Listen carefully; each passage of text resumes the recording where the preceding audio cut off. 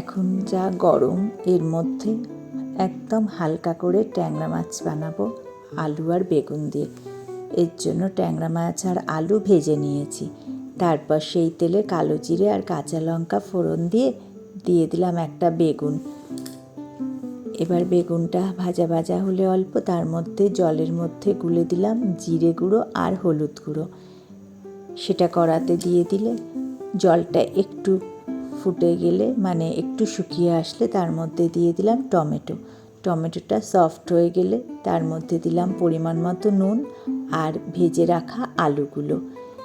এবার 1-2 মিনিট নাড়াচাড়া করে দিয়ে দিলাম জল। এবার জলটা যখন ফুটে উঠলো তার মধ্যে আমি ট্যাংরা মাছগুলো দিয়ে দিলাম।